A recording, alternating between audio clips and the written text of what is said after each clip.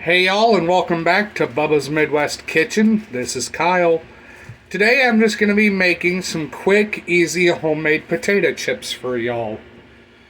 It's a really simple recipe. All you need is russet potatoes, or really any potato you're choosing, but russet seems to work the best. Some regular cooking oil and some salt. We'll be showing two ways today. The regular pan fry. We have the cast iron skillet full of oil, warming up, getting hot and ready to cook with. We'll also be using the air fryer today, just to show the difference on the healthiness of it and how crispy it can get. I have the air fryer preheated to 400 degrees Fahrenheit. So to start off, we'll just chop these right in half widthwise. I have a mandolin slicer. Really great little tools, very inexpensive. Mine was like $12. It came with this cutting blade, a julienne cutting blade, a grater blade, and two square hole chopper blades, all for about $12. So once you get your potato cut in half, you'll just set it cut down onto your mandolin. Take your hand grip, stab it right down in there, and just slide it back and forth across the blade. You'll be left with this little heel. You could use for mashed potatoes, you could fry it, you could discard it, whatever. Using the mandolin, you get perfectly uniform chips. And it's as easy as swipe, swipe, swipe.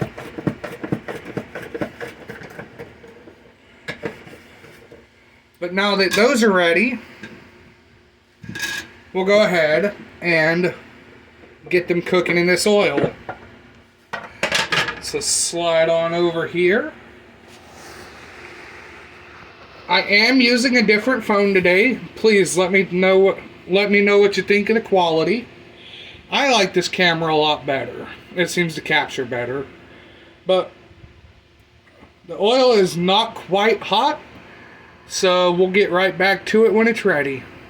While we wait for that oil to be heated up to cook with, we will place a single layer flat in the bottom of the air frying basket. And we'll get them cooking. Usually it takes 10 to 12 minutes at 350 to get a nice crisp potato chip. Now that oil's getting nice and hot in our skillet, we'll go ahead and drop in a few at a time. You don't want to overload it so they get stuck together. So we'll just do 8 at a time for now. While that cooks, we'll prepare our catch plate. They do tend to clump together, even if we might not like them to. That's alright. You just want to let them cook for a while and get nice and golden crispy.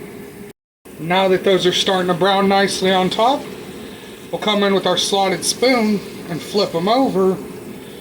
And you can tell by the color on top how it's going to look underneath for the most part. You can just see that's a nice, rich, crisp, golden brown. And as these get done here, we'll go ahead and scoop them out over onto our plate with paper towels on it to act as a grease catch. You don't want all the extra grease on there, so you want to drain them off onto something like this.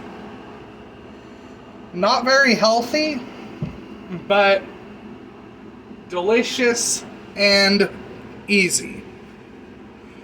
As you can see, they're very, very crispy, golden brown.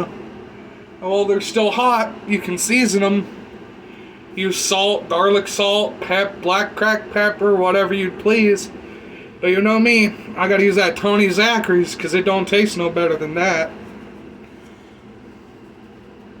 Just a light dusting will do. And that's it for the oil cooked. Here in a minute, we will check on the air fryer. And here we have our air fried potato chips.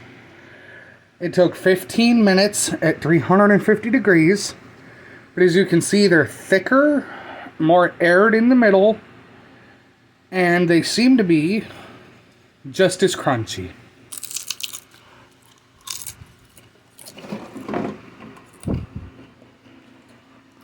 You can dust those with salt the same way. You can eat them plain. They taste very good too. But until next time, this is Kyle with Bubba's Midwest Kitchen. Thank y'all for tuning in. Have a good evening.